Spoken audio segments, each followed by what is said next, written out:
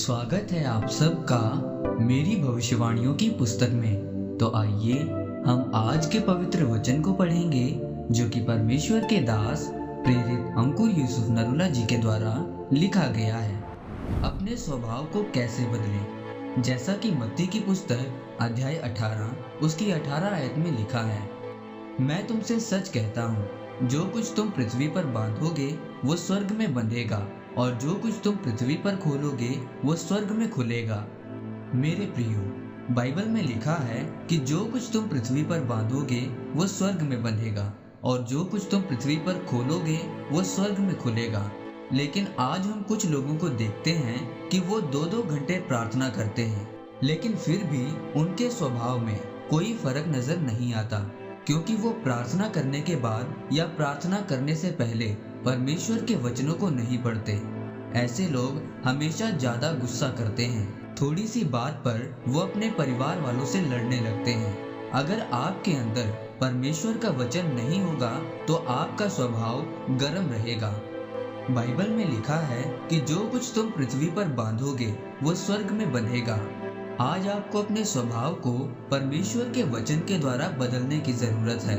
हर वो चीज जो आपके स्वभाव को खराब करने की कोशिश करती है उसको बांधने की जरूरत है, क्योंकि अगर आपका स्वभाव सही होगा तो जो कुछ आप पृथ्वी पर पूरा करोगे वो स्वर्ग में जरूर पूरा होगा।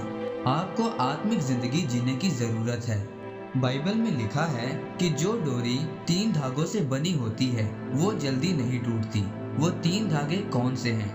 वो 3 धागे प्रार्थना, उपवास और परमेश्वर का वचन है।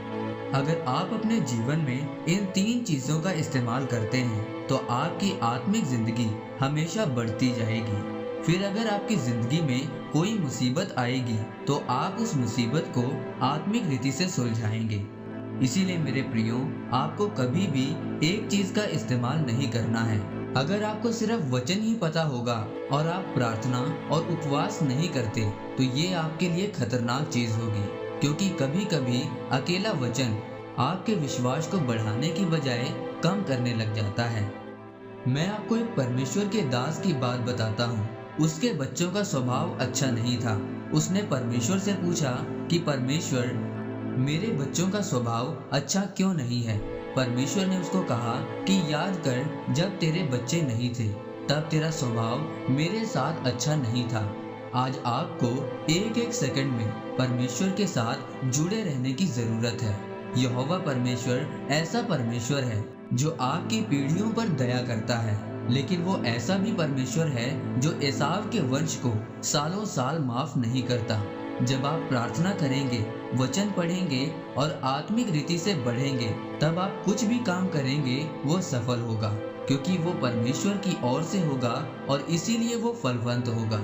मेरे प्रियो, परमेश्वर ने कहा, जो कुछ तुम पृथ्वी पर बांधोगे वो स्वर्ग में बंधेगा। परमेश्वर ने ये नहीं कहा कि जो कुछ तुम स्वर्ग में बांधोगे वो पृथ्वी पर बंधेगा। उसने कहा, जैसे तू पृथ्वी पर करेगा मैं वो स्वर्ग में पूरा करूंगा। आज आपको ये समझना है कि आपको इस पृथ्वी पर कैसे जीना है। जब आप वचन में पक्के रहेंगे, विश्वास में पक्के रहेंगे, तो परमेश्वर आपके साथ होगा। लेकिन अगर आपके अंदर ये सब नहीं होगा तो आपके जीवन में शैतान काम करेगा।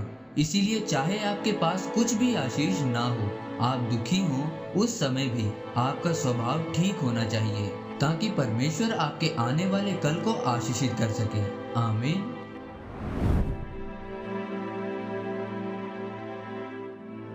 आइए परमेश्वर के दास के द्वारा लिखी गई इस प्रार्थना को आप मेरे साथ एक मन होकर करें। सर्वशक्तिमान परमेश्वर, मैं इस वचन के लिए आपका धन्यवाद करता हूँ। परमेश्वर, मैं प्रार्थना करता हूँ कि आपका सामर्थी हाथ मुझ पर आए, ताकि मैं अपने स्वभाव को आपके वचनों के अनुसार बना सकूं। प्रभु यीशु मसीह के सामर्थी नाम में, आमीन।